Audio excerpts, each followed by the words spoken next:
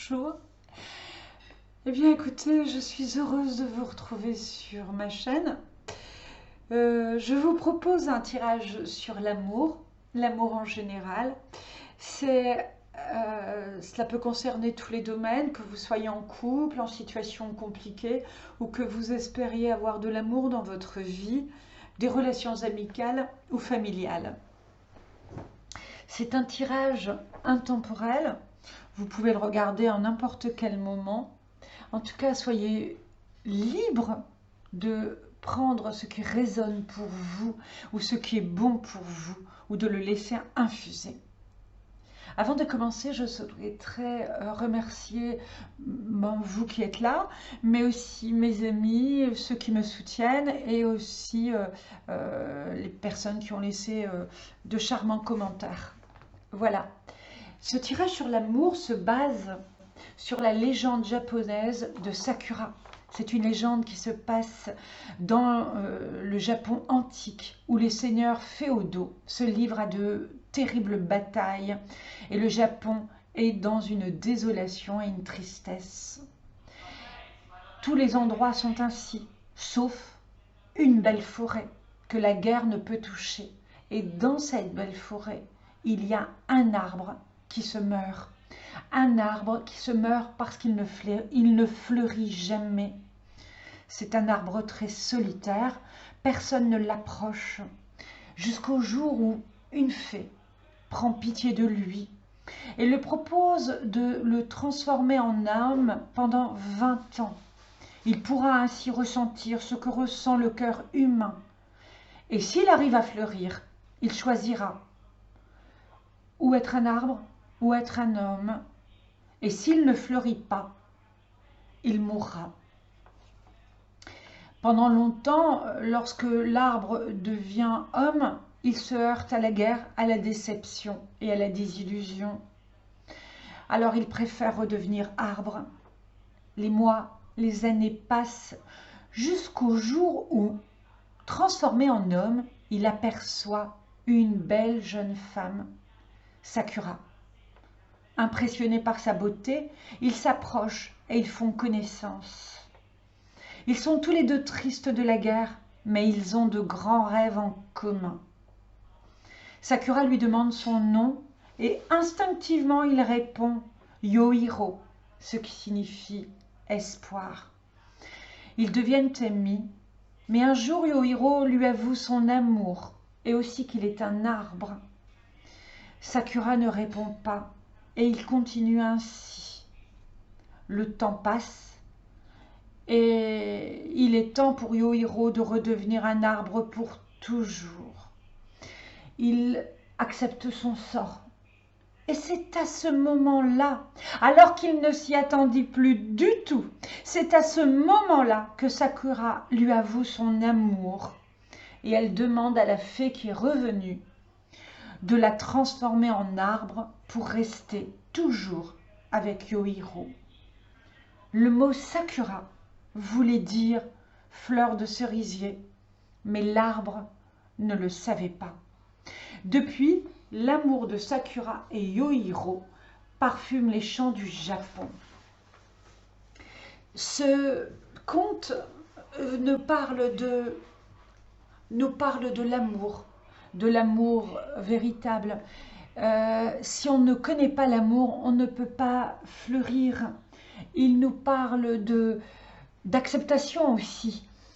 Yohiro, qui veut dire espoir, il a trouvé un nom magnifique, lui qui n'avait pas tellement d'espoir puisqu'il ne fleurissait pas.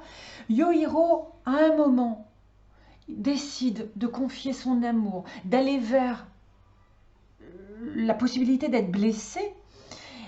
Et elle ne répond pas à son amour, mais il est dans l'acceptation. Il continue ainsi.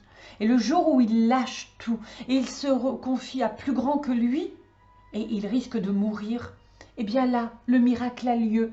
Le véritable amour a lieu. Et Sakura, eh bien, accepte de s'unir à lui. Elle veut dire fleur de cerisier, et lui, c'est un arbre. Ensemble, ils vont fleurir et semer la graine de l'espoir. Je trouve que c'est absolument merveilleux. Et donc, on va commencer le tirage. La première carte qui nous accompagne, c'est la carte... Je ne sais pas si vous la voyez bien. Non, pas comme ça. C'est la carte des faits. Et la carte dit, allez-y doucement. Arrêtez d'essayer à tout prix de tout contrôler. Et toutes les portes s'ouvriront à vous. C'est un message merveilleux, puisque lorsqu'on a le cœur fermé, qu'on ne sait pas fleurir, souvent, c'est que on a un besoin de tout contrôler, de tout vérifier pour ne pas être à nouveau blessé. Alors l'ouverture de cœur se fait très doucement, à chacun son rythme, pour pouvoir s'ouvrir à plus grand que soi, la grâce, et ainsi ouvrir les portes de l'amour. La première carte, c'est quelle est votre situation aujourd'hui? Vous avez la papesse. La papesse peut parler d'immobilisme parce qu'elle est assise, mais en fait, c'est pas un immobilisme où on ne fait absolument rien. Elle étudie le livre de la vie. En fait, elle vous demande de vous connaître. Parce que si vous ne vous connaissez pas vous-même, le bonheur ne peut pas vous atteindre. Elle demande à vous relier à votre intuition, à quelque chose de plus grand que vous, à du spirituel. Ça peut être aussi une thérapeute qui va se pencher sur les blessures de votre âme, les blessures qu'on a tous eues et qui aujourd'hui est un obstacle à une vie amoureuse, familiale, relationnelle, épanouissante. Elle est la gardienne des cycles féminins. Donc peut-être s'agit-il de blessures du féminin, du transgénérationnel. Cela peut être, j'ai eu une grand-mère qui a été seule parce que le grand-père est parti à la guerre. Ma mère s'est retrouvée seule pour X motifs. Et moi, eh bien, je suis avec des hommes qui ne s'engagent pas. Cela peut être ce genre de transgénérationnel. En tout cas, elle vous invite à vous connaître, à travailler sur ces mémoires du passé par X moyens. Ensuite, vous avez la carte du tarot des archanges de Dorine Virtue. Vous avez le roi de Michel. Le roi de Michel vous parle de laisser la place à la sagesse, à l'objectivité. Elle demande d'être intègre parce que c'est le roi d'épée, ça. Donc c'est vraiment une recherche de connaissance de soi-même, d'intégrité.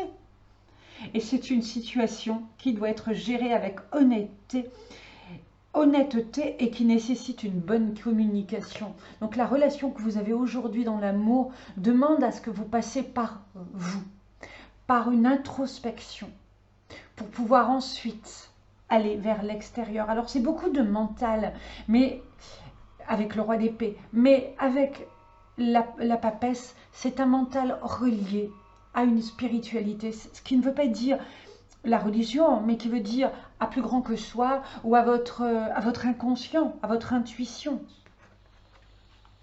Qu'est-ce que vous souhaitez? Quel est ce que vous souhaitez au plus profond de votre cœur? Eh bien, vous souhaitez l'amour. Vous souhaitez un couple. Vous souhaitez un amour très grand. C'est la voix du cœur que vous souhaitez, puisque c'est l'amoureux. L'amoureux, c'est la voix de l'amour. C'est l'amour avec un grand A. Mais si vous ne vous connaissez pas, vous ne pourrez pas trouver cet amour. Vous serez toujours dans un tiraillement de l'extérieur. Il ne sait pas où aller. Peut-être aurez-vous un choix à faire. Vous serez placé. En tout cas, ça va être la croisée des chemins. Ça, c'est sûr. Et là, ce qui va vous aider, c'est de vous relier à votre cœur. L'amoureux ne peut évoluer que s'il se choisit. Choisissez-vous, choisissez votre cœur. Les autres peuvent peut-être vous aider, vous conseiller. Mais comme je vous disais dans l'autre vidéo, si vous avez un conseil à donner, suivez-le. Mais il n'y a que vous qui puissiez choisir en vous reliant à plus grand que vous, à l'intuition, à cet ange qui est au-dessus de vous et qui vous souffle et qui est en train de vous lancer l'épée. Non, c'est pas une épée, c'est une flèche. Oh là là là là. C'est une flèche qui tient, qui va tirer sur le cœur. C'est une carte magnifique. C'est une carte aussi qui vous demande d'accepter ce que vous ne pouvez pas comprendre. Nous venons dans le monde avec des blessures et on se dit mais pourquoi ça m'arrive à moi? On ne trouvera pas toujours les réponses. L'amoureux vous dit choisissez-vous, choisissez le cœur, laissez ce qui se passe à l'extérieur pour aller vers vraiment plus grand que vous. Parce que c'est votre projet, c'est de connaître l'amour véritable. Et l'amour véritable commence par s'aimer soi-même. Ce que vous voulez aussi au plus profond de votre cœur, c'est de réussir. Une réussite qui peut passer sur tous les plans. Une vie de famille riche et gratifiante. Et la carte vous invite à la reconnaissance, d'être reconnaissant à la vie de ce que vous avez. On a toujours, même dans les moments les plus noirs, quelque chose à se raccrocher. Un sourire, une phrase, quelqu'un qui s'arrête, des amis, des parents, ou peut-être cet inconnu qui vous dit un bonjour. Il y a tant de belles choses. La nature, elle vous parle d'une vie de famille riche et gratifiante. Ensuite, ce qui vous attend, ce qui est important pour vous, ce qui vous motive, eh bien, c'est d'être guidé. C'est que vous allez réaliser vos rêves. Vous êtes né sous une bonne étoile, quoi que vous puissiez penser, quoi qu'il puisse se passer dans votre vie. C'est le plan de Dieu. Vous êtes guidé par vos ancêtres, par un ange, par le plan divin. Et vous pouvez croire en votre bonne étoile. Vous pouvez croire en vous. Vous allez aller vers des relations qui sont harmonieuses, des relations qui sont authentiques, parce que vous serez authentique et sincère, parce que vous aurez appris à vous connaître, à vous aimer. Et si vous vous connaissez, vous vous aimez, vous vous apportez cet amour, eh bien, vous pourrez apporter de l'amour à l'extérieur. La vie, c'est un équilibre. Regardez, un peu comme ces vases qu'elle met dans l'eau. Elle les reçoit et elle les reverse. L'amour, c'est ça, c'est se donner et offrir à l'autre. L'amour, c'est ces vases communicants qui apportent de la joie, mais qui en offrent aussi. C'est donner et recevoir. C'est absolument magnifique. Et c'est ce qu'elle propose. Elle propose de voir clair, puisqu'elle est nue, et elle a une bouche, de communiquer avec bienveillance, avec amour. C'est vraiment un autre plan de conscience. Vous allez passer dans un autre plan de conscience et vous allez aller vers la roue de fortune. La roue de fortune, eh bien, elle propose de changer de cycle. C'est pas elle, c'est pas vous, je voulais dire, qui allez changer de cycle, c'est elle. C'est la providence, c'est l'amour divin. Elle va vous proposer un événement imprévu. C'est un nouveau départ. Parce que vous arrivez à une échéance, ça sera un changement de direction pour accéder au bonheur. Mais ce changement ne peut avoir lieu que si vous avez placé des étapes. Les cartes vous invitent. Il n'y a jamais d'obligation. Vous avez votre libre arbitre. Si vous commencez à vous connaître, travailler sur vos blessures, vous vous choisissez au lieu de céder aux sirènes de l'extérieur. Eh bien, votre plan divin va se réaliser. Quelque chose va se placer sur votre chemin. Et là, vous allez pouvoir couper ce transgénérationnel. Cette roue, c'est aussi la roue karmique. Et elle va vous proposer un autre changement. Vous allez être cette pierre qui va faire dévier, ou cette épée, comme je disais tout à l'heure, l'épée du roi, qui va faire dévier cette roue sur un nouveau chemin. Un nouveau chemin qui sera, je vous l'espère, beaucoup plus doux pour vous. Mais quels sont les obstacles sur votre route? Le premier obstacle, c'est le diable, ou alors celui qu'on appelle Lucifer, le porteur de lumière, c'est l'adversaire. Et l'adversaire souvent se situe en nous. C'est parce que nous ne voulons pas voir clair dans la situation. Lui, il invite à nous voir clair. Il nous met en face de nos manques, de nos dépendances. Il nous invite à dépasser le transgénérationnel, à aller voir plus loin, à peut-être pardonner aussi nos parents. Parce que parfois, le pardon est une chose qu'on ne peut pas accorder. On pense que ça veut dire je cautionne ce que tu m'as fait. Aux parents, peut-être à un amoureux qui nous a abandonnés, à quelque chose qui a été extrêmement douloureux. Mais le pardon n'est pas cela. Le pardon, c'est couper les liens qui ont été toxiques et qui m'empêchent aujourd'hui de me construire. Le pardon va permettre de m'ouvrir à plus grand que soi. Un peu ce qu'a fait Yohiro. En choisissant déjà ce nom, il a choisi l'espoir. Et en acceptant la situation telle qu'il était, il a permis de laisser passer les désillusions et ce qui faisait son passé où il ne fleurissait pas. C'est ça que nous prend le diable. Le diable, il nous invite aussi à être intègre. Il n'y a eu que ça dans votre tirage. Choisissez-vous, connaissez-vous, soyez intègre dans la situation. Laissez tomber des situations qui sont toxiques, qui ne sont pas bonnes pour vous. Vous le savez. Ensuite, la carte parle de... Voilà, du 8 de Raphaël. Vous n'êtes pas persuadé que le meilleur vous attend. Vous ne faites pas ce qui est bon pour vous. Et vous n'êtes pas en quête spirituelle parce que c'est douloureux. Or, la papesse vous invite à vous connaître et à entamer un petit chemin spirituel qui peut passer par, je ne sais pas, la méditation si ça vous parle, des marches, des marches méditatives, de l'art-thérapie, mais quelque chose qui vous mette en contact avec vous-même, avec votre âme, à votre inconscient collectif. Jung dit que lorsqu'on pose un diagnostic sur ce qu'on a, la guérison peut advenir. Tant qu'on ne sait pas, tant qu'on reste dans le déni, et parfois c'est nécessaire, lorsque par exemple une victime ne dit pas les mots, pourquoi elle a été victime, elle reste dans le stade de victime et elle ne peut donc pas entamer ce chemin de guérison. J'ai choisi ensuite, qu'est-ce qui vous motive dans ces obstacles? Quelle est la croyance qui vous empêche d'aller de l'avant? Désolée de rire, mais c'est parce que les cartes me sidèrent toujours. C'est la victime. Vous restez dans un état de victime. Ou parce que vous dites que la faute est à l'extérieur. C'est l'autre. Il ne me comprend pas, il ne m'aime pas assez, j'essaye de le changer, je suis celle qui guérit. Ou alors, c'est parce que vous ne voulez pas reconnaître cet état de victime, parce que vous pensez que vous êtes beaucoup plus forte que ça. Oui, mais non. Oui, mais non.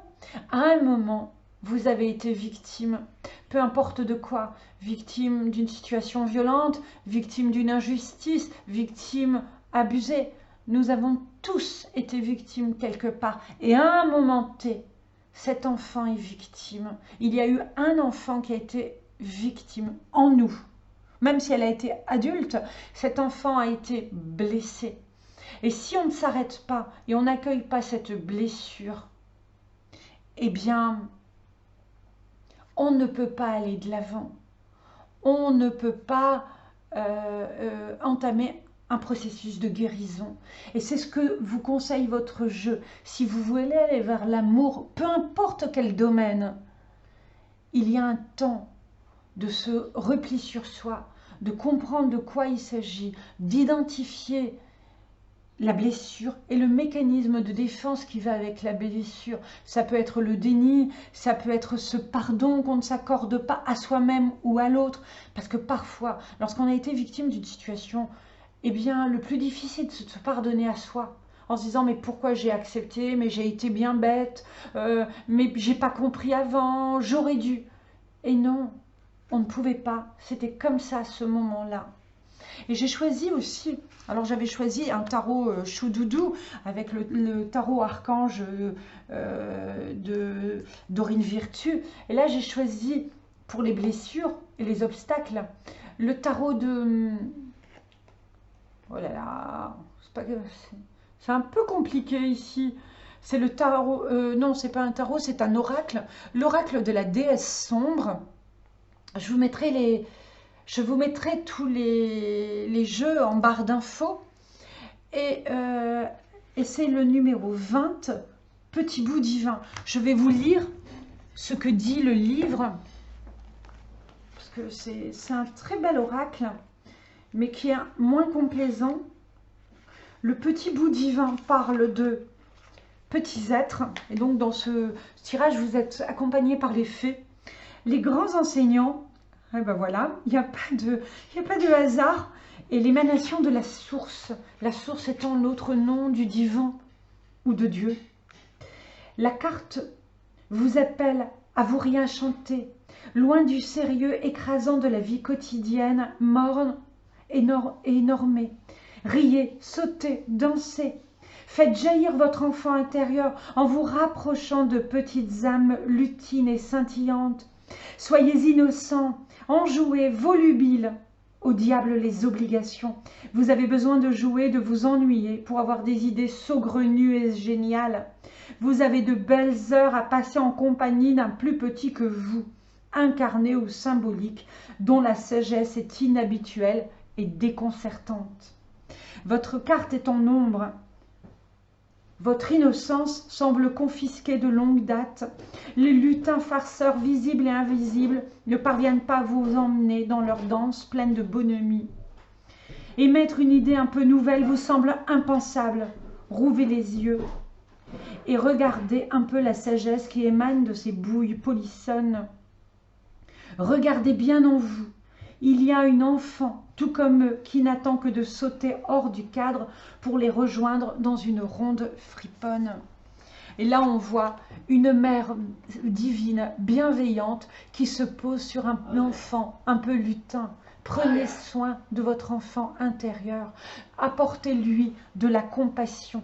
Ce que j'ai oublié aussi, c'est que dans la roue de fortune, il y a un changement, mais que tout changement apporte et qui doit être fait à petits pas, apporte dans votre cœur de la bienveillance et vous ouvre toujours un petit peu plus à l'amour et à la compassion. La compassion, c'est l'amour universel, celle qui accepte de l'autre comme il est.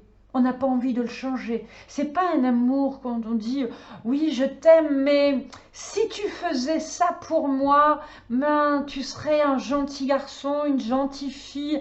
Je t'aime, mais... » Non, je t'aime même si la route que tu prends n'est pas celle que je voulais. Je t'aime même si tu acceptes de ne pas rester avec moi. Je t'aime et je m'aime avant. Cela va vous amener à quoi? Oh là là, à un miracle. Il n'y a pas de hasard, j'ai choisi la légende de Sakura qui parle de miracle. Et là, ça parle de miracle, le miracle de la vie. On va vous laisser une autre chance. On vous donne des opportunités, mais c'est à vous de les saisir, à vous de faire votre choix. On vous parle d'individuation. Jung parle d'individuation, ça veut dire que l'on n'est plus le conditionnement de nos parents.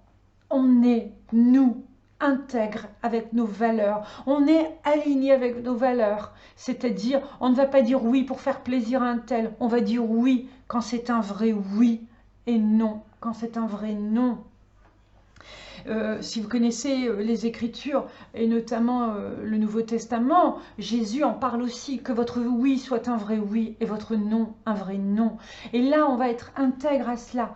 On va être une vraie personne. Là, on voit un couple avec un enfant bleu, parce que cet enfant est amené à dépasser ses parents, à être une meilleure version des parents.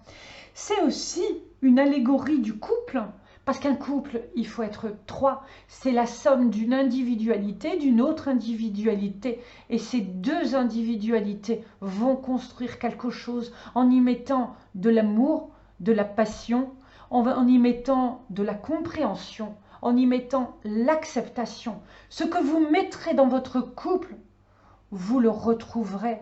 Et si votre couple a été bien ensemencé, sans jeu de mots, il va donner des fleurs, peut-être des fleurs de cerisier comme sakura, des roses. Mais si vous y plantez de la lourdeur, vous y plantez de la résignation, vous y plantez tout ce qui ne va pas, eh bien vous récolterez des épines, un arbre sec. C'est ce que vous allez y planter. Mais avant de planter dans le couple, c'est se planter à soi-même ces graines d'amour. Et vous irez vers la stabilité, le foyer, un foyer heureux. Parce que, c'est ce que je vous disais tout à l'heure, donner, c'est aussi recevoir. Apprendre à donner, c'est donner gratuitement. Pas donner parce que je veux être aimé, ou donner dans l'espoir que. C'est offrir un joli sourire, offrir ce que l'on a en trop chez soi. Débarrassez-vous, par exemple, pour le transgénérationnel de ce qui ne va pas. Faites une lettre, par exemple, à vos ancêtres en remerciant de ce que vous avez eu en positif, parce qu'il y a du positif, et en redistribuant, en redonnant ce qui ne va pas, ce qui ne vous va plus chez vous. Ou alors enterrer les vêtements, non pas enterrer, non pas les vêtements, non, mais enterrer par exemple les objets avec dignité, respect, qui appartiennent à une lignée familiale qui ne vous vont plus. Offrez vos vêtements qui ne vont plus à des associations caritatives. Ces choses-là, ce sont des choses où on donne de l'amour. Parce que donner, c'est aussi recevoir. Ne pas résister au changement. Et cela parle de ressources. Puisez dans vos ressources. Donnez aussi de votre temps, de votre générosité. Ne pas résister au changement, c'est ce que propose la route fortune. Si vous résistez au changement, cette route fortune vous fera mal. Je vous donne un dernier message des fées.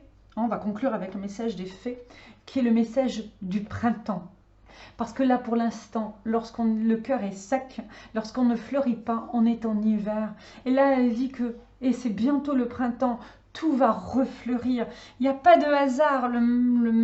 Vous allez vers vraiment le miracle de l'amour. C'est absolument magnifique. Acceptez ce changement. Acceptez de vous ouvrir à plus grand que vous. Acceptez le pardon. Pardonnez-vous aussi si vous n'avez pas su être à la hauteur de ce que vous imaginez. Acceptez de vous ouvrir, acceptez d'aimer tout simplement. Prenez le risque d'aimer. Peut-être allez-vous être déçu, mais peut-être allez-vous avoir un amour dont vous n'osiez même pas rêver. Elle parle de réveil, mais oui, si vous vous connaissez, vous allez vous réveiller à une conscience plus forte. Là, dans le jugement, il y a comment on appelle ça, l'ange qui sonne, qui résonne. Mais réveille-toi, dit-il. Écoute-moi, écoute les chants célestes. Écoutez de la belle musique d'ailleurs. Et attention à ce que vous vous nourrissez pour pouvoir aller vers quelque chose de beau. Faites des projets parce qu'un renouveau va arriver pour vous. Un renouveau vous attend. Et c'est tout ce que je vous souhaite. Et Emily Dixon disait, dans l'amour, il n'y a que l'amour. Je vous souhaite de trouver l'amour. L'amour qui est cher à votre cœur, qu'il soit relationnel, amical, sentimental. Trouvez l'amour. Mais cet amour passe d'abord par soi-même.